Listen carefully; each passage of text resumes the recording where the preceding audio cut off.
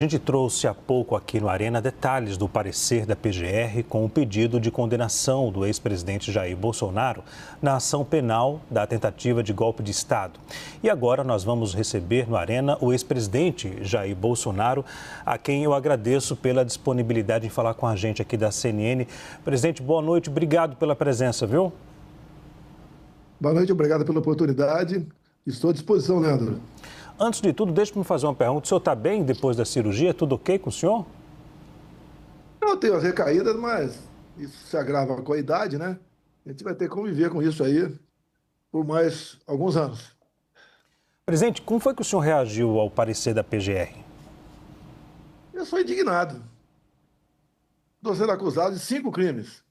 2 sobre deterioração de patrimônio e dano qualificado a patrimônio. Eu estava nos Estados Unidos. Outro, liderar organização criminosa armada no Rio de Janeiro. Estava nos Estados Unidos.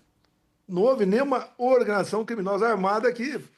As polícias legislativas da Câmara e do Senado não apreenderam nenhuma arma de fogo. Outro golpe de Estado, num domingo, com o Lula fora. Ou seja, que acusação é essa? Que fumaça é essa? Querem me condenar a 43 anos de cadeia por causa disso? Não houve nem tentativa, nem cogitação de nada. É uma forçação de barra sem tamanho. E daí o pessoal começa a associar ao Trump. O meu filho, Eduardo Bolsonaro, faz um excelente trabalho nos Estados Unidos, conversa com autoridades lá do governo federal, do legislativo, buscando aqui defender a liberdade no Brasil. E, de vez em quando, ele é acusado de se perder lá nos Estados Unidos. Não se perdeu, não. Faz um trabalho responsável com a sua idade, 41 anos de idade. E ele está lá porque se estivesse aqui, já estaria preso com toda certeza. Afinal de contas, é um inquérito específico para ele. Tentativa armada de abolir o Estado Democrático de Direito. Agora, um novo inquérito de poucos dias. É inacreditável o que estão fazendo. Jogaram no lixo a justiça brasileira. O meu foro não é Brasília. O meu foro é a primeira instância, assim como foi o Lula. Se fosse julgado por aqui, seria pelo plenário e não por uma turma. Uma turma que você vê o próprio ministro relator, é o inimigo meu. Se declara inimigo meu. Ele é vítima, ele é juiz, é interrogador, é promotor, ele é tudo. Não tem cabimento o que está acontecendo no Brasil. Presidente, deixe-me... Associam isso tudo aqui, as palavras do Trump, estão fazendo uma caça às bruxas, e é verdade.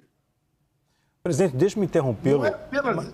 Fique à vontade para poder responder. Deixe-me somente para poder... eu gostaria de passar também a palavra para outros colegas que estão aqui, que eu acho que tem muito assunto para cada um perguntar. Perdão interrompê-lo, mas o senhor pode seguir com o seu pensamento após a pergunta da nossa Juliana Lopes, pode ser? Pois não, Juliana. Presidente, obrigada aqui pela entrevista. A pergunta é a seguinte, fazendo uma conexão aí com os últimos fatos, tem um entendimento ali do Congresso Nacional de que não tem andamento do PL da anistia nesse momento, tem uma insatisfação de vários setores aqui no Brasil em relação ao que foi colocado pelo presidente Donald Trump em relação ao tarifaço. E no Supremo Tribunal Federal, um entendimento dos ministros de que não há caminho ali para que haja essa liberdade que o senhor está comentando agora. Diante disso, presidente, não seria ruim esse movimento que está sendo feito por Eduardo Bolsonaro lá fora em relação à taxação? E qual é o caminho que o senhor enxerga, então, para que essa liberdade colocada pelo senhor realmente aconteça, se não há uma sinalização aqui do Brasil de que isso de fato vá para frente? Eduardo Bolsonaro está certo, está lutando por liberdade para todos nós, está sacrificando o seu mandato. Agora, no final do mês, tem que decidir se volta ao Brasil e manter o mandato ou se perde o mandato. Você tem que reconhecer o trabalho que ele faz, os contatos que ele tem com autoridades do governo federal, do parlamento americano.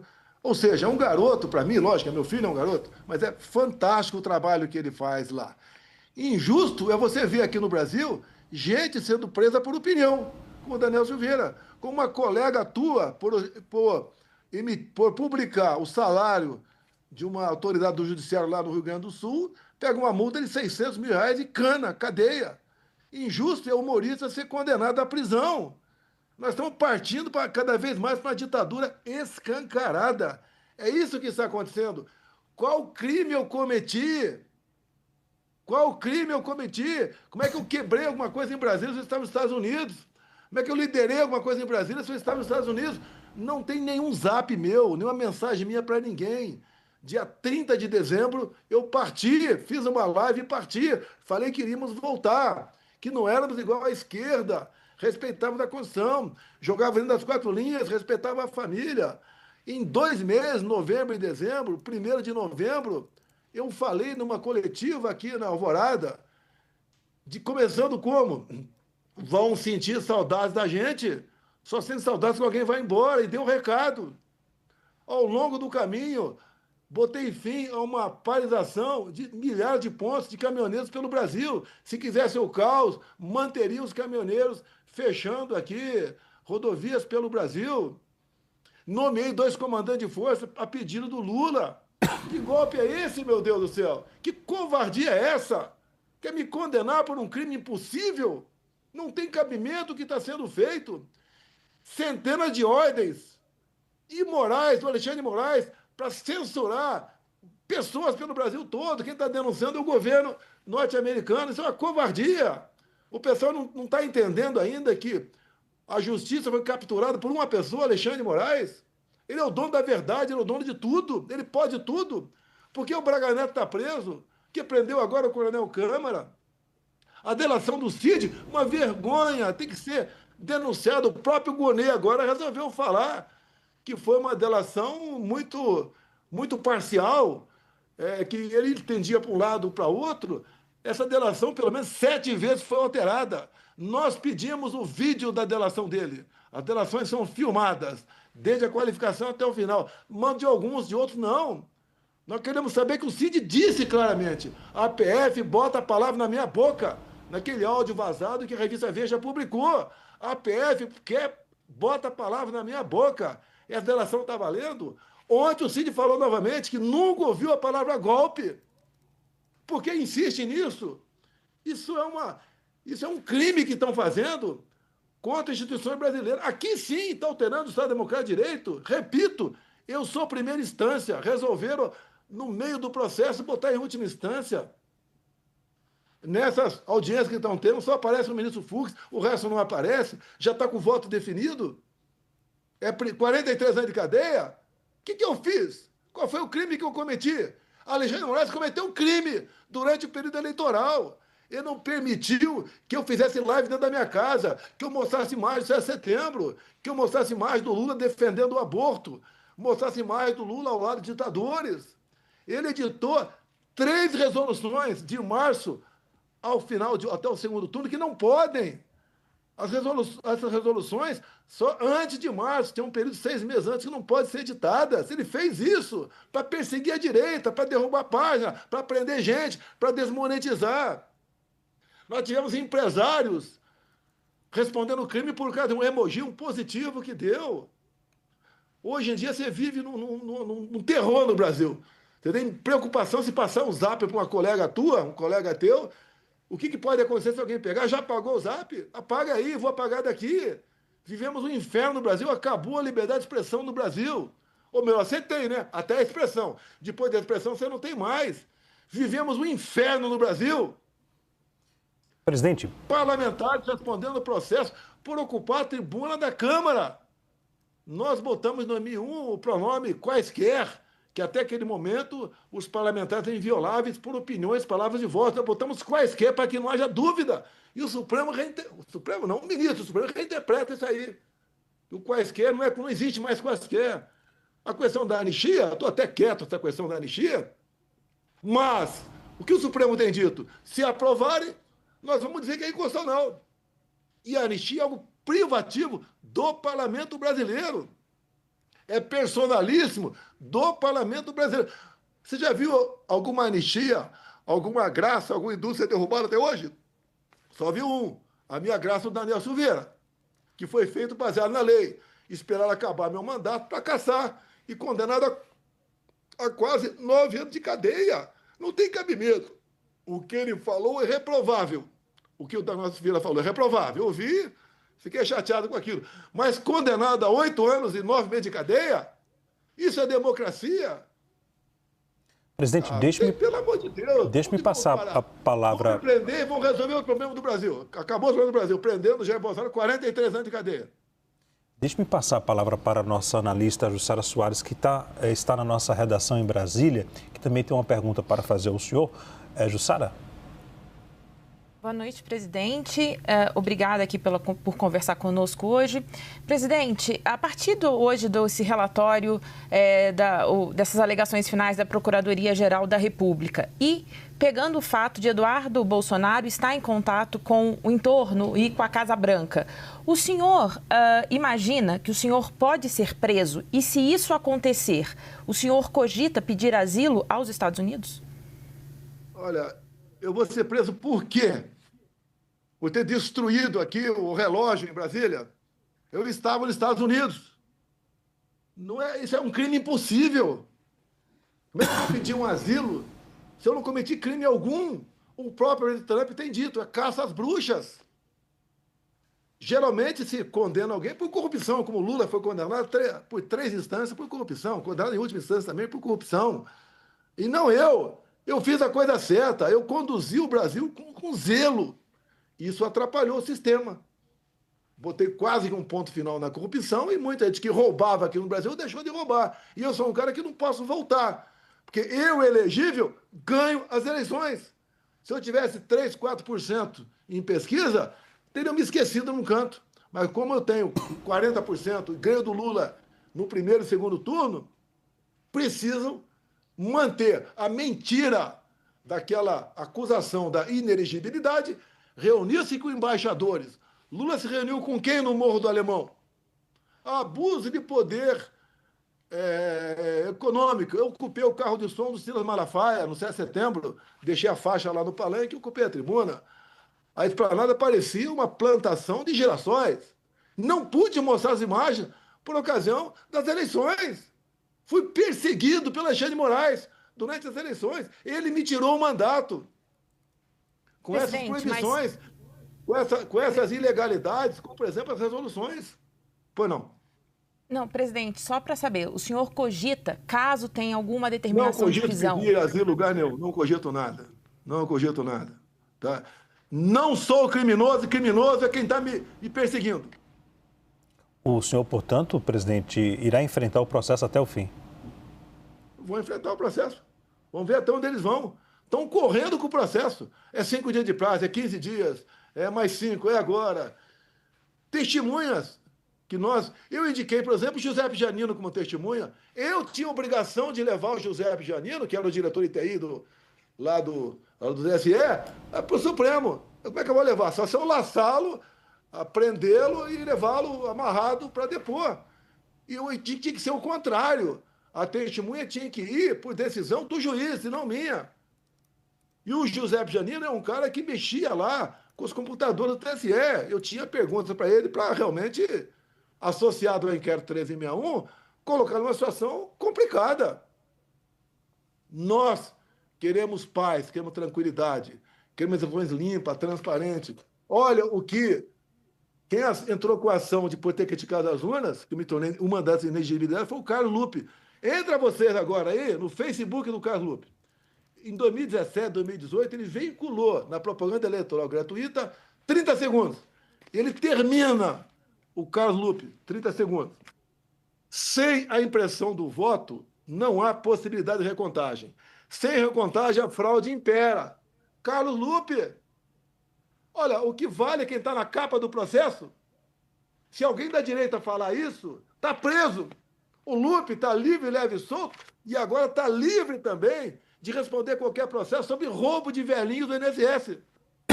E querem me condenar por essa fumaça, que é golpe de Estado. Sempre joguei dentro das 4 linhas. Golpe de Estado negado pelo atual ministro da Defesa, Zé Múcio, negado pelos ex-ministros. Aldo Rebelo, Nelson Jobim, José Sarney, o próprio Temer. Isso não foi golpe em Rio de Janeiro. Ninguém dá golpe com velhinhos, com pessoas idosas, com Bíblia embaixo do braço, sem armas.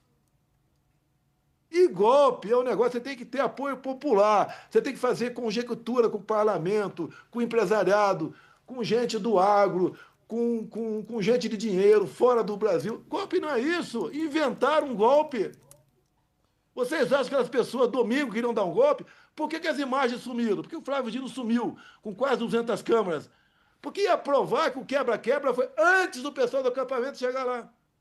Presidente. Eles querem empurrar agora, condenando eu, ministro meu, gente do meu lado, como uma agressão criminosa armada. Não teve arma. Chamar de Orcrim isso. E dizer, olha só, no relatório da Polícia Federal, eu não estou no 8 de janeiro. O senhor Gonê me botou no 8 de janeiro. Presidente, deixe-me passar a palavra também. Isso não é julgamento, isso é um linchamento. É um linchamento que está acontecendo. Deixe-me passar a palavra também ao nosso analista Pedro Venceslau, que tem uma pergunta para fazer. Pedro? Boa noite, presidente. Uma pesquisa da Atlas Intel de hoje mostrou que 62% dos brasileiros acham a tarifa injustificada e 36,8% justificada. Essa mesma pesquisa apontou que 36,9% dos brasileiros apontam a atuação da família Bolsonaro na questão da tarifa. O presidente Lula, por sua vez, recuperou parte da sua popularidade, segundo a pesquisa, depois da questão da tarifa, e a gente vê um certo clima de unidade nacional em torno do presidente da República. O senhor não avalia que a tarifa de Donald Trump acabou beneficiando o presidente Lula e tirando a anistia da pauta, em vez do efeito contrário? Só para quem é desinformado. A própria carta do presidente Trump, ele fala sobre liberdade de expressão, fala de comércio de empresas brasileiras aqui com o Brasil e cita o meu nome como caça às bruxas. Ninguém está vibrando com a taxação de 50%, que vai vir o caos para cá. E pode aumentar isso tudo, porque o Lula continua falando besteira. Ele agora, a brincadeirinha dele, ele vai comer jabuticaba, né? Não chupa, lá com o Trump. Ele, inclusive, hoje, a ONU, o chefe da ONU falou que o Brasil não continua fazendo negócio com a Rússia, que faz negócio com óleo diesel e faz negócio com fertilizante. Senão essa tarifa vai passar para 100%. O Lula continua defendendo o Hamas, continua defendendo o Irã. Você quer esperar o quê dessa pessoa? Ele continua no BRICS agora, defendendo um padrão diferente do dólar para comercialização. E o Trump falou que perder o padrão dólar é como perder uma guerra mundial. O Lula quer o quê? Ninguém que foi para o confronto com o Trump ganhou.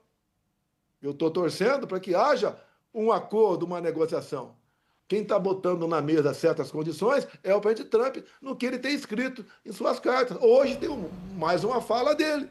Fala que eu sou um cara honesto, um negociador duro, tá? Que ele tem simpatia por mim, que eu não sou o que estou sendo acusado. Ele não acredita em golpe de Estado, só acredita um alienado. Golpe de Estado com aquelas pessoas idosas. Agora, presidente, há alguns empresários, presidente, vários empresários estão com medo em relação a essa taxa anunciada pelo presidente dos Estados Unidos, Donald Trump, né? Há um grupo que teme por sérias consequências e há outro grupo que defende o diálogo, que pode haver alguma saída depois do dia 1º de agosto. A pergunta que lhe faço o senhor acredita que essa reação pode prejudicar a direita e favorecer o governo, a esquerda? O senhor acha que essa taxação do presidente dos Estados Unidos pode fazer com que a direita possa perder apoio nas ruas? Leandro, falta informação. Obrigado pela pergunta. Quem tem que buscar a negociação, o canal, é o presidente Lula, não sou eu. Em 2019, o Trump era presidente, queria taxar o aço.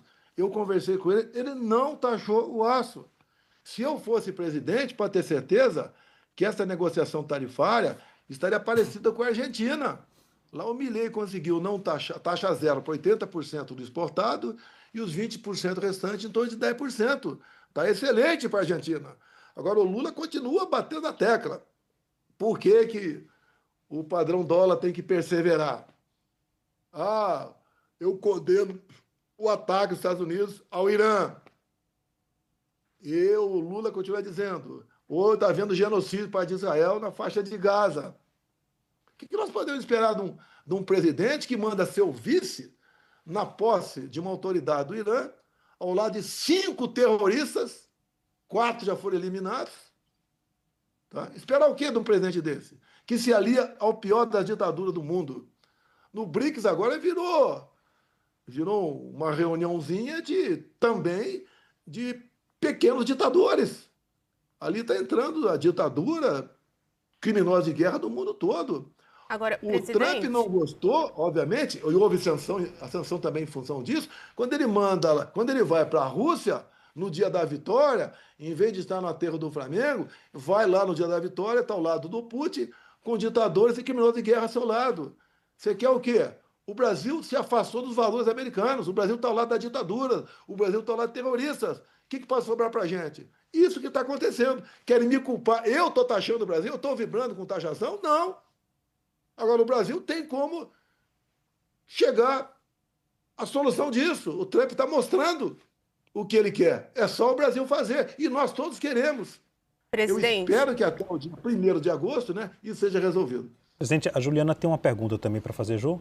Nessa mesma linha, se a gente tem uma dificuldade de articulação do presidente Lula, não seria o senhor essa ponte para pedir ali ao presidente Trump que volte atrás, que recue, ou o Eduardo Bolsonaro? O senhor pretende conversar com o presidente Donald Trump diante de vários setores aqui reclamando desse tarifaço?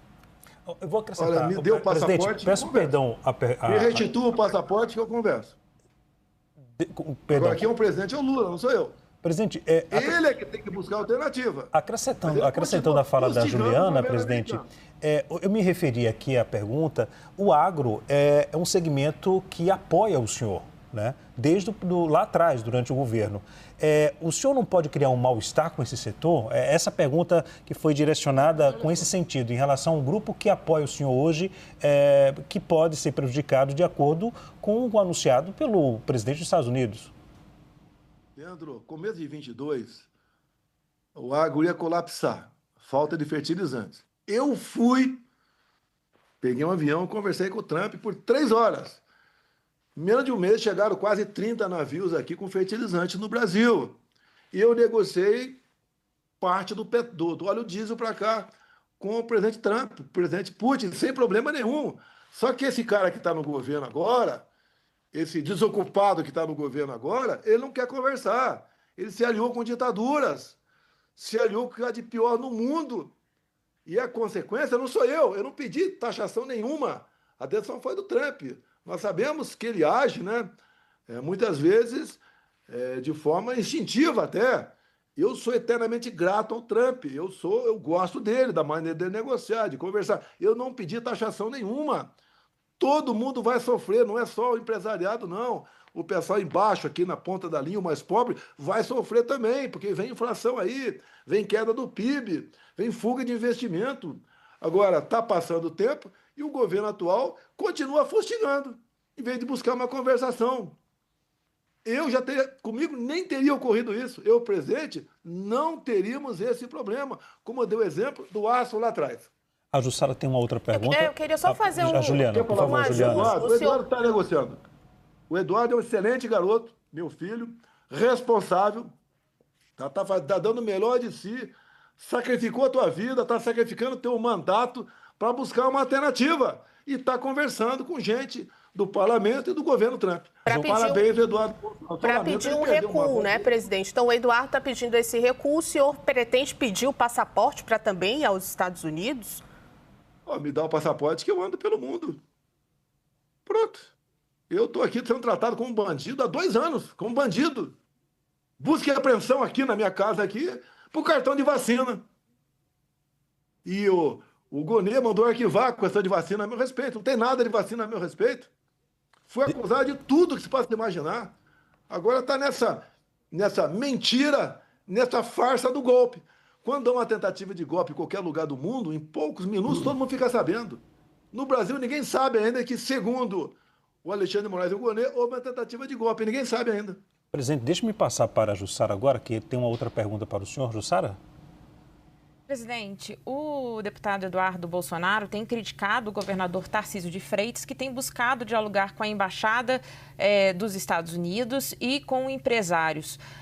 Porque Eduardo acredita que uma solução para o tarifaço seria apenas a questão da anistia ampla, geral e restrita, nas palavras dele. Como é que o senhor avalia este embate e qual é a sua avaliação da atuação do governador Tarcísio de Freitas? Olha, o Relações Exteriores do Lula acabou de puxar a orelha do Tarcísio. Quem negocia é ele. Quando o Tarcísio vê que o governo não negocia, ele está buscando alguma coisa dentro do seu estado. O estado que mais vai ser prejudicado com a taxação vai ser São Paulo. O Tarcísio faz alguma coisa e é no seu alcance. Agora, a solução não vai ser feita pelo Tarcísio. Não vai ser resolvido o quadro para um estado. Tem que resolver para o Brasil. E quem está à frente dessa negociação chama-se Eduardo Nantes Bolsonaro. Pronto. Não custa nada quem quiser entrar em contato com ele, liga para mim que eu passo o telefone e converso com o Eduardo, que está dentro da Casa Branca. Ela está dentro do Capitólio, conversa com o governo, com gente do executivo do governo Trump, com o parlamento do Trump também, para buscar uma solução.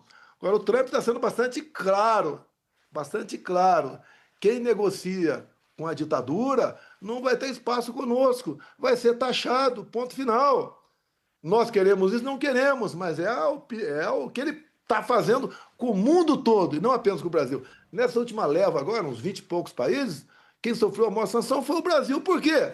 Porque tem um energúmeno na presidência, que fica aí fazendo provocação o tempo todo.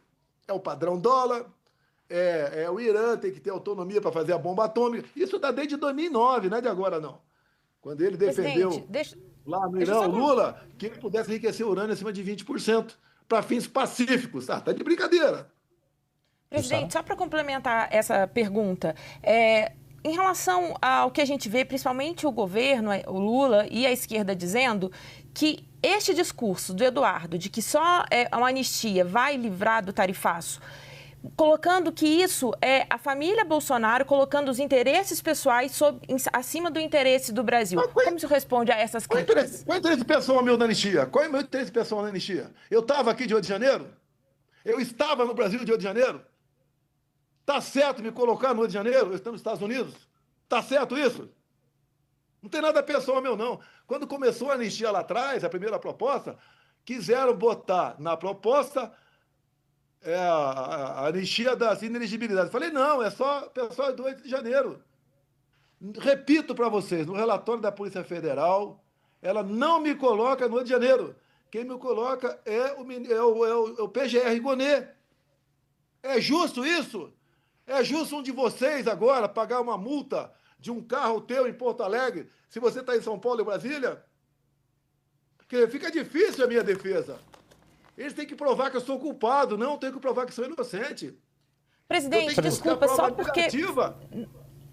Presidente, só porque não ficou claro para mim. O senhor está dizendo que não... Você não tem que responder pergunta a mim. Você não tem que responder pergunta a mim. Mas é justo eu ser condenado por depredação de patrimônio se eu estava nos Estados Unidos?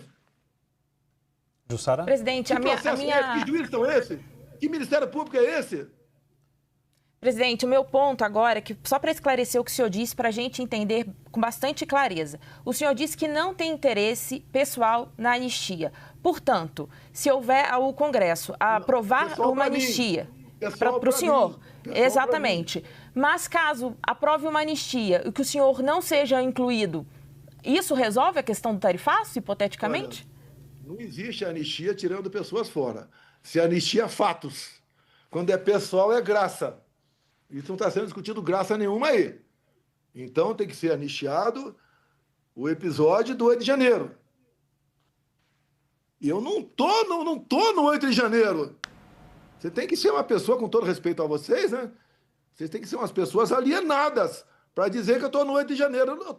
Ninguém tem dúvida que está nos Estados Unidos. Assim como o Felipe Martins não viajou comigo dia 30 de dezembro de 22 e pegou 6 meses de cadeia por causa disso. 10 dias solitário por causa disso. Só ontem foi perguntado para o Cid se ele viajou. O Cid estava no meu avião e falou que não viajou. Como agora estão fazendo uma maldade com o Gilson, meu ministro do Turismo, que não pode sair de Recife. Uma mentira que ele teria ido no consulado tratar do passaporte para o Cid, e não foi tratar no passaporte do pai dele, ficou preso por algumas horas, apreenderam seus telefones e deram cautelares. Não pode sair de Recife. Perdeu mais de 2 milhões em shows que ele faria no São João. E continua com restrição. Que país é esse? Que justiça é essa? Onde uma pessoa decide a vida de qualquer um. Covardia com a Débora com 2 filhos. Há 2 semanas condenaram uma mulher com 7 filhos. Lá em janeiro de 23, ela é chamada de terrorista, agora de golpista. Tem uma mulher, uma senhora com 6 filhos em Ji-Paraná, Rondônia, marido condenado a 14 anos. Ela com seu salário de servidor estadual retido. Covardia, destruindo famílias. Presidente, deixe-me passar. Várias vezes foi pedida a domiciliar para ele problema cardíaco. Morreu no presídio. Deixe-me passar para o Pedro Venceslau, que também vai fazer a última pergunta. Pedro? Presidente, na semana passada, a esquerda fez uma manifestação aqui na Paulista que pela primeira vez foi maior do que a da direita, com a bandeira do nacionalismo, do patriotismo em defesa do Brasil em questão do tarifaço. Hoje, o senador Hamilton Mourão disse o seguinte: não aceito que Trump venha meter o bedelho aqui no Brasil. Eu queria que o senhor avaliasse essa declaração do Hamilton Mourão e se o senhor não avalia que o governo agora pode se apropriar do discurso do nacionalismo e do patriotismo, já que está em defesa do Brasil contra a tarifa de Donald Trump. Vamos supor que haja uma taxa lá na Venezuela. Em nome do patriotismo, o povo tem que ir às ruas para defender o Maduro? Mesma coisa aqui no Brasil. O povo vai à rua para defender o Lula? Não meta o bedelho aqui?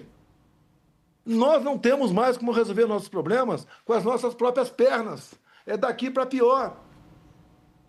Com a decisão do artigo 19 do Marco Civil da Internet, vocês mesmos estão correndo o risco de responder processo a qualquer momento.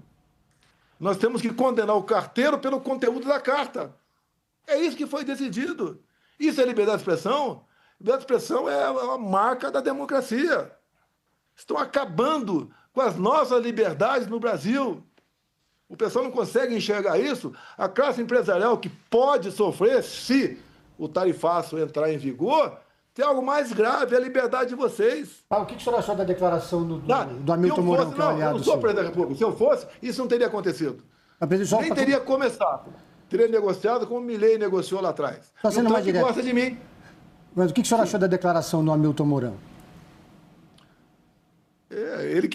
Ele nos aponte o caminho para resolver internamente. Eu acredito nele. Não tem como, hoje em dia, resolver internamente essas questões.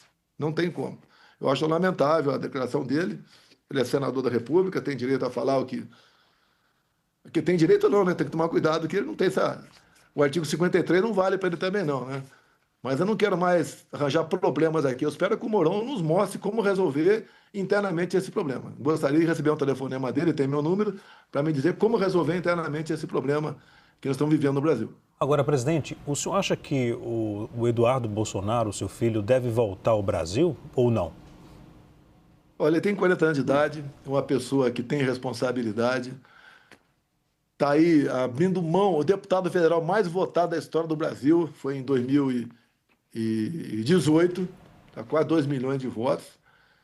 E ele tem consciência, né? Segundo ele disse, se voltar para cá, ele vai ser preso. Ele já está no inquérito por abolição violenta do Estado Democrático de Direito. Porra, dá para entender uma porra dessa? Dá para entender uma porra dessa? Agora, no mês atrás. Ele está num inquérito específico para ele por abolição do Estado Democrático de Direito. 12 anos de cadeia. Quer que ele faça o quê? Que ele venha para cá? Para ser preso no aeroporto? Eu quero ver meu filho preso? Acabou de fazer 40 anos de idade, tem um neto, tem o meu nome, tem uma neta com ele. Não vou mais ver, porque eu não posso ser do Brasil, não pode vir para cá. Agora, ele está fazendo isso pelo Brasil, tem que ser reconhecido o trabalho dele. Não adianta um governador de estado, com todo o respeito que tem a eles, tentar resolver dentro do seu estado, que não vai resolver esse assunto. Resolve é lá. O Eduardo está à disposição de qualquer governador para tratar esse assunto. Presidente. Agora o Trump tem suas imposições. Presidente. Ele está botando na mesa quais são as imposições. Ele quer a volta da democracia no Brasil. Não devia dar graças a Deus ao Trump. Lógico, O tarifácio machuca a gente. Presidente, se eu tivesse poder, anularia, mas não tenho. O senhor defende, o senhor acredita que daqui a 2026 possa haver uma mudança na composição do TSE? O senhor já afirmou isso em vários momentos e o senhor pode, a condição de inelegível pode ser derrubada. Se isso não acontecer até 2026, o nome que o senhor poderia indicar para o cargo de presidente da República seria do Eduardo Bolsonaro hoje? Olha só, quando eu nasci em 55, o vizinho gritou, homem ou mulher? Não tinha sonografia naquele tempo. Tá? Isso vai acontecer quando eu não tiver mais chance. Se porventura essa injustiça contra a minha pessoa continuar. A injustiça de inelegibilidade, a injustiça de uma possível condenação por um crime que não existiu. Não é que eu não cometi, não existiu para mim, não existiu para Débora, não existiu para ninguém. Tá? Agora, o que o Trump tem falado? Que ele não vai reconhecer eleições num país onde a oposição é alijada por lawfare, ou seja, por ativismo judicial. O Bolsonaro está bem nas pesquisas, vamos arranjar maneira de tornar inelegível, vamos condená-lo aqui por golpe de Estado. Ele tentou dar um golpe de Estado lá dos Estados Unidos, lá da Disney. Estava lá na Disney passeando, dia 8 de janeiro, resolveu dar um golpe de Estado. Então não será reconhecida a eleição onde a oposição for alijada, como alijaram a Marine Le Pen na França, na Romênia, a mesma coisa. Tentaram alijar o Trump nos Estados Unidos. E o Trump tem uma afinidade comigo, uma vida semelhante. Ele levou um tiro na orelha lá, eu levei uma facada na barriga. Ele perdeu eleições e pode falar o motivo, eu aqui não posso falar, porque não posso, tudo é crime, que porventura eu fale sobre as eleições. Falei parte para vocês que pesou a mão do TSE, que eu não podia fazer nada. O Lula podia chamar de genocida.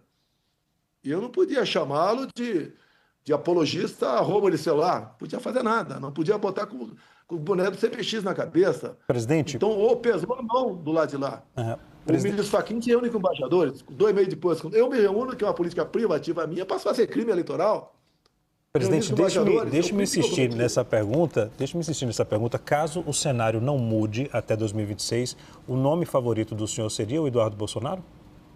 Não tenho a menor ideia, não penso em segundo nome ainda, por enquanto eu sou alternativa, que não cometi nenhum crime, não tentei dar o golpe de Estado, não abusei de poder político ou econômico por ocasião das eleições minhas lá atrás, não sou criminoso, sou inocente, dei o melhor de mim por 4 anos à frente da presidência da República, com pandemia, com greve, com guerra, com crise hídrica, terminamos no superávit, terminamos numa relação dívida pública-PIB melhor de quando eu entrei, diminuiu o número de mortes no Brasil em quase 30% por arma de fogo, criamos o PIX, concluímos vários trechos rodoviários pelo Brasil com o Tarcísio, concluímos a Norte-Sul, que era privada, mas o IBAMA tinha seu jeitinho, né, de dificultar, conseguimos resolver essa questão. Ou seja, anistiei mais de 1 milhão de jovens no que devia para o ProUni, fizemos o que tinha que fazer. Fui até lá embaixo, carteira de habilitação passar para 10 anos, fizemos um montão de coisa que podia ser feita pelo Brasil. O Rogério Marinho revogou mais de 5 mil normas regulamentadoras, desafogando aí a pressão que o empresário tinha por parte de fiscais. Tá? O agronegócio nunca ganhou tanto dinheiro. Todos ganharam dinheiro comigo, do bilionário ao mais humilde. Todos ganharam dinheiro comigo. Cheguei em 21 a botar a taxa Selic 2% ao ano, comecinho de 21, mas depois das consequências da Covid, aumentou. Nos últimos presidentes aqui, começa lá com o FHC lá atrás, a menor taxa de juros foi no meu governo, que eu tinha uma equipe fantástica, equipe econômica comandada pelo Paulo Guedes, tinha um time de ministros muito bom, alguns poucos pisaram na bola, saíram, mas a grande maioria fizeram um trabalho excepcional pelo Brasil, só temos boas coisas a apresentar. Chegue na rua e pergunte para um qualquer lá, me dá o nome de 3 ministros do Lula, ele não sabe. Okay. Só tem gente lá que não tem qualificação, lamentavelmente. Presidente, é tudo negociação. Vá no Banco do Brasil, Caixa Econômica, vê quantas diretorias estão na mão de partidos políticos. Veja no meu governo quantos tinha. Vê as estatais como é que está. Vê os Correios como estão. Rombo aí enorme. O Banco do Brasil, o rombo do ano passado de 14 bilhões de reais. O Previ deles, pô. É assim tá o Brasil, pô. Agora querem me prender por tentativa de... Que golpe, porra! Que golpe! Presidente, Que perdão. golpe é esse? Sem tropa, sem armas, sem forças armadas, sem nada. Com coitados na rua. Com coitados na rua. Mulher idosa presa, 17 anos de cadeia. Uma covardia que fazem com essas pessoas. Ok. Presidente, Querem agora justificar e prendendo 43 anos de cadeia. Eu peço desculpas interrompê-lo, Será que as pessoas estão presidente. me julgando? Não tem o mínimo de consciência? Presidente, eu peço perdão interrompê-lo. Eu gostaria de continuar aqui, mas eu tenho que passar daqui a pouco o jornal para um outro jornal e não atrasar aqui a grade da TV. Desculpa, agradeço pela disponibilidade em falar com a gente aqui da CNN e até a próxima. Obrigado. Obrigado, Leandro. Obrigado a todos aí.